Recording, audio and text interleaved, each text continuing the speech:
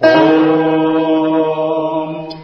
सहनाववतु सहनौ भुनक्तु सह वीर्यम् करवावहै तेजस्विनावधीतमस्तु मा विद्विषावहै। ॐ शान्ति शान्ति शान्ति। जय गुरुदेव। गुरुर्ब्रह्मा गुरुर्विष्णु गुरुदेवो महेश्वरः। गुरुः साक्षात् परम ब्रह्म तस्मै श्री गुरुवे नमः। अर्चनी वंदनी प्रातः स्मरणी परम पूजनी गुरुदेव के चरणों में बारंबार वंदन कर आरंभ करते हैं। आज की इकाई में, आज के पाठ में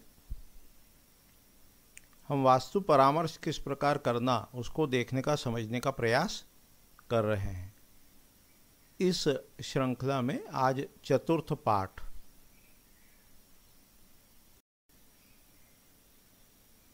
अपन यह मान के चल रहे हैं कि वास्तुशास्त्र के ग्रंथों का आपने अध्ययन कर लिया है।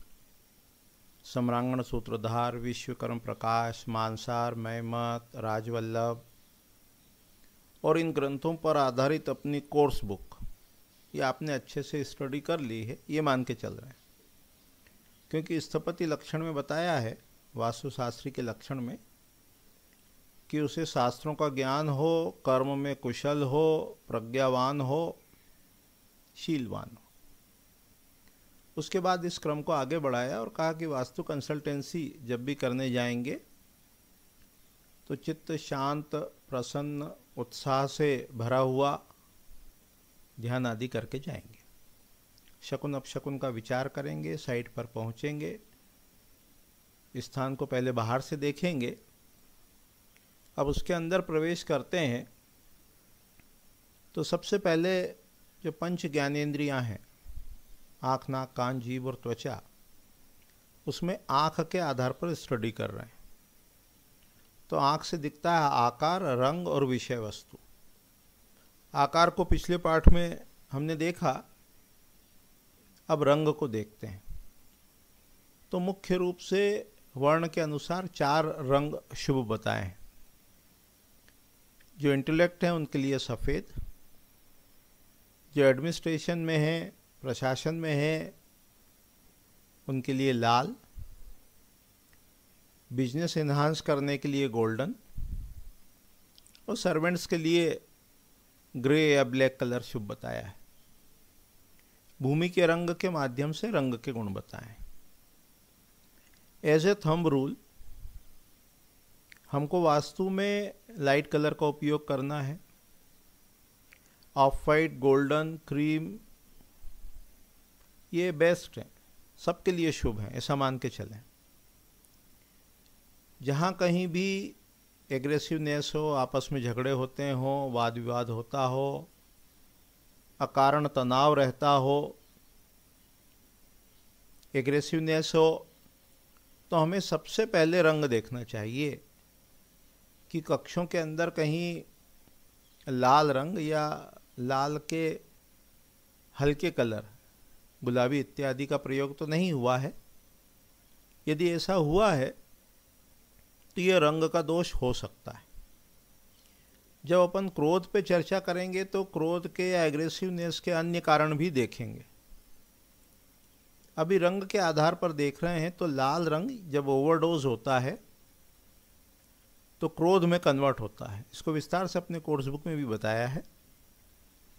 एडमिनिस्ट्रेशन में भी जो लाल रंग का प्रयोग करना है वो बॉर्डर है, लीपिंग है, स्ट्रिप्स हैं, कुछ ऑब्जेक्ट्स हैं, उसके रूप में ही करना है।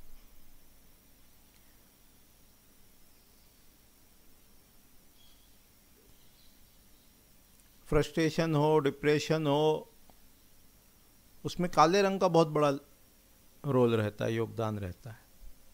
तो जहाँ भी व्यक्ति डिप्रेशन में है, फ्रस्ट्रेशन में है, उत्साहहीनता है, तो हमें ये ध्यान रखना चाहिए कि कहीं वह काले वस्त्रों का प्रयोग तो नहीं करता है, काले रंग का प्रयोग तो नहीं करता है, उसके इंटीरियर में ब्लैक कलर बहुत ज़्यादा तो नहीं है, इसको ध्यान देना चाहिए, और यदि हो तो उसे हटाने का सुझाव देना चाहिए। इसमें सूर्य नमस्कार आदि बहुत पावरफुल टेक्निक है। वेल वेंटिलेशन की चर्चा पहले हो गई है। तो जो रंग है, आकार है और आंतरिक सज्जा है, उसका वास्तु में 75% असर होता है। 75% जो असर है वो इन चीज़ों का होता है। कई बार कोई कहता है कि भाई ये ड्राइंग है, इसमें आप देखो क्या दोष है वो बताएं। तो सामान्य रूप से हम कहते हैं भाई ये संभव नहीं है ड्राइंग देख के बताना, नक्शा देख के बताना।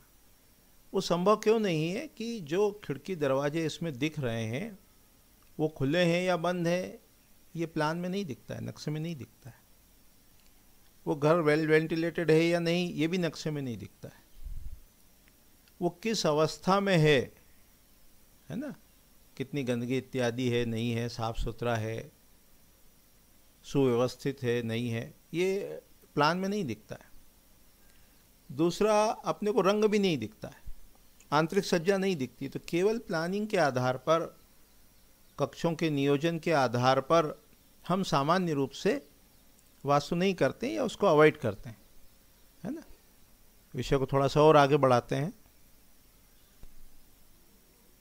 विचार चल रहा है आँख, पंच ज्ञानेंद्रियों में आँख, उसमें आकार और रंग के उपरांत आंतरिक सज्जा। तो अपनी जो कोर्स बुक है उसका पाठ 43 वीडियो में, और जो सम्रांगण सूत्रधार है वास्तु का प्रसिद्ध ग्रंथ 10वीं शताब्दी का राजा भोज द्वारा लिखा हुआ, उसमें जो 34वां अध्याय है प्रयोज्य अप्रयोज्य, तो उसमें विस्तार से वर्णन किया गया है कि घर की आंतरिक सज्जा में किस प्रकार के drawing, painting, photo, picture, objects उनका प्रयोग करना चाहिए और किन का प्रयोग नहीं करना चाहिए, उसका विस्तार से वर्णन वहाँ किया गया है। इस प्रकार से ये चैप्टर है। अप्रयोज्य यानी जिनका प्रयोग नहीं होना चाहिए, नहीं करना चाहिए। तो ये पूरा जो चैप्टर है 34 प्रयोज्य अप्रयोज्य या अप्रयोज्य प्रयोज्य, उसमें ये बताया है कि किन किन का प्रयोग घरों में सामान्य रूप से नहीं करना चाहिए।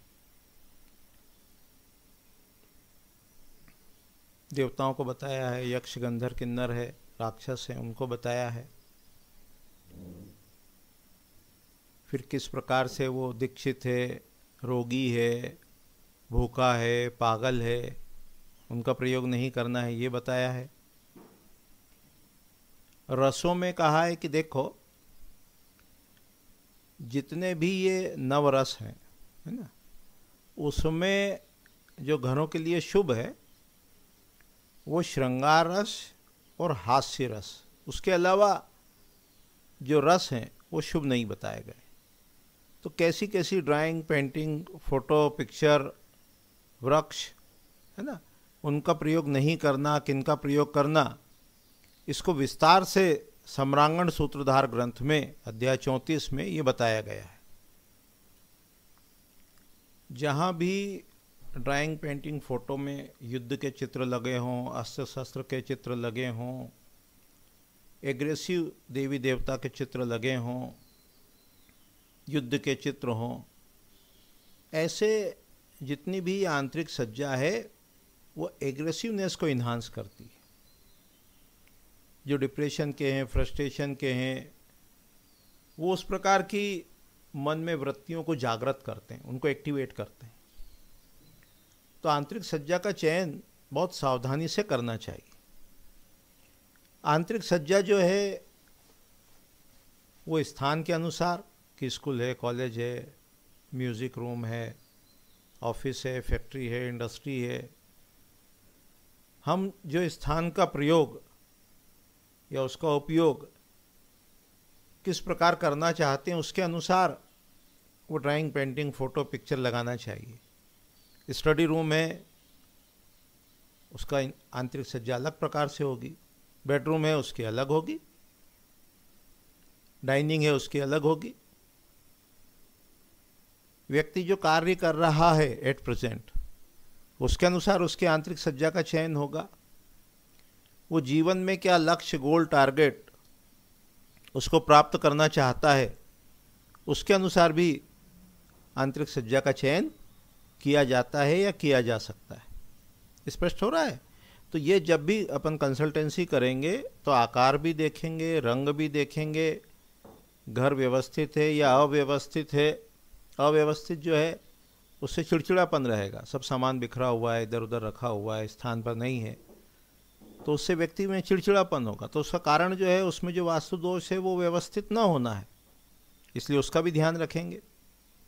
फिर किस प्रकार के रंगों का प्रयोग किया गया है, कर्टन में है, फ्लोरिंग में है ना, वॉल्स पर है, सोफे इत्यादि पर है, जहाँ कहीं भी रंग का प्रयोग हुआ है वो रंग कैसा है और उसकी क्या कैरेक्टरिस्टिक्स हैं, उसको जानकर दोष भी पता लगेगा और फिर उचित रंग का प्रयोग भी करेंगे। उसके बाद आंतरिक सज्जा देखेंगे पूरे घर में कि कहीं उसका दोष तो नहीं है, उसके कारण एग्रेसिवनेस तो नहीं है। इतना सब देखने के उपरांत आगे बढ़ेंगे। अपन यहाँ वास्तु में जो वास्तु दोष है, ये व्यक्ति को जो समस्या है उसको बहुत अच्छे से देखना समझना चाहते हैं। तो ये जो अपनी 5 ज्ञानेंद्रियां हैं, एक तरह से मन भी उसमें ले लो छठा, उन सब से अपन भोजन को ग्रहण करते हैं। मुख से तो खाते ही हैं, लेकिन जितनी अपनी ये सेंस ऑर्गन्स हैं इनसे भी अपन विषयों को अपने अंदर लेते हैं। तो जब समस्या को आपको प्रॉपरली जानना हो, उसका अध्ययन करना हो, तो यहाँ हिंट के रूप में आपको बता रहे हैं कि देखो, आँख से हमको दिखता है आकार, रंग, विषय वस्तु, लेकिन व्यक्ति कैसे चित्रों को देखता है, कैसी मूवीज़ देखता है, उसके आदर्श कौन हीरो हीरोइन एक्ट्रेस वगैरह हैं या कौन सा व्यक्ति है, किस प्रकार की वो मैगजीन्स को पढ़ता है, पत्रिकाओं को स्टडी करता है या लाइक करता है, टीवी पर किस प्रकार के सीरियल्स देखता है, उसका फ्रेंड सर्कल्स कैसा है, किन किताबों को वो स्टडी करता है, नहीं करता है, इन सब के आधार पर उसके मन में वृत्ति या विचार बनते हैं। तो हमें ये देखना होगा, समझना होगा कि दोष कहीं टीवी सीरियल का तो नहीं है। ड्राइंग, पेंटिंग, फोटो, पिक्चर के अतिरिक्त वो मैगजीन का, सीरियल का, सीरियल्स का, बुक्स का, मूवीज़ का, उसमें भी उसके कारण भी उसके व्यवहार में परिवर्तन हो सकता है या लाया जा सकता है, शुभ भी। इसी प्रकार जो दूसरी ज्ञानेंद्रिय है नाक, जिससे हम गंधों को ग्रहण करते हैं, इसका विस्तार से वर्णन भूमि चयन में कर चुके हैं।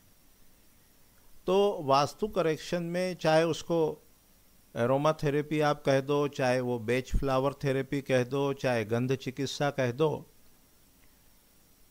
बृहत संहिता ग्रंथ में 1,76,720 प्रकार की गंधों का वर्णन है कि ड्राइंग रूम में कौन सी गंध का प्रयोग करना जो मित्रता को बढ़ाए, स्टडी रूम में कौन सी गंध का प्रयोग करना जिससे कंसंट्रेशन हो, फोकस हो, चित्त एकाग्र हो, बेडरूम की कैसी गंध हो, किचन की कैसी गंध हो, ये सारा विस्तार से वर्णन अपन पहले कोर्स बुक में देख चुके हैं। जैसी भी वो गंध है वैसा वो मस्तिष्क में जाके उन सेंटर्स को एक्टिवेट करती है। तो वास्तु करेक्शन में ये गंध जो है ये बहुत पावरफुल टेक्निक है।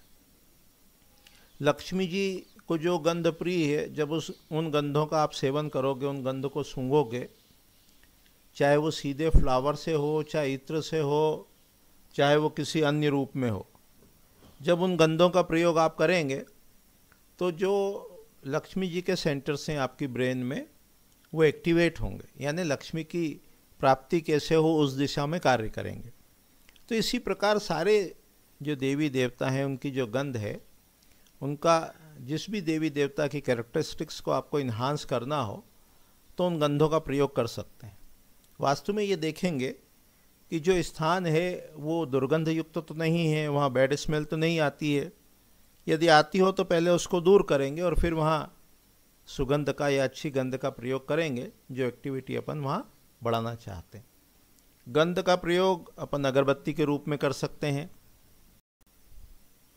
गंध का प्रयोग इत्र के रूप में कर सकते हैं, सोप के रूप में कर सकते हैं, डियो के रूप में कर सकते हैं, अनेक अनेक प्रकार हैं। चाहे वो पहले जैसे वो ऑल आउट टाइप कुछ आता है या जेटमेट आती थी, उनके रूप में गंध का प्रयोग कर सकते हैं। तो बहुत सारे ऑप्शंस अपने पास अवेलेबल है। ठीक इसी प्रकार ध्वनि, कहीं शोरगुल ना होता हो, उसके कारण व्यक्ति इरिटेट हो सकता है। तो जो स्थान है वो शांत हो, अच्छा हो, न्यूसेंस ना हो।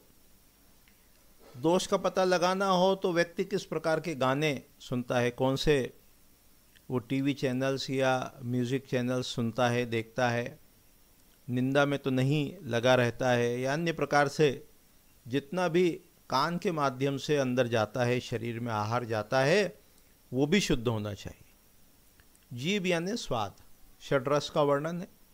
मीठा खाने से इंटेलेक्ट प्रॉपर्टीज़ इन्हांस होती है, पहले देख चुके हैं।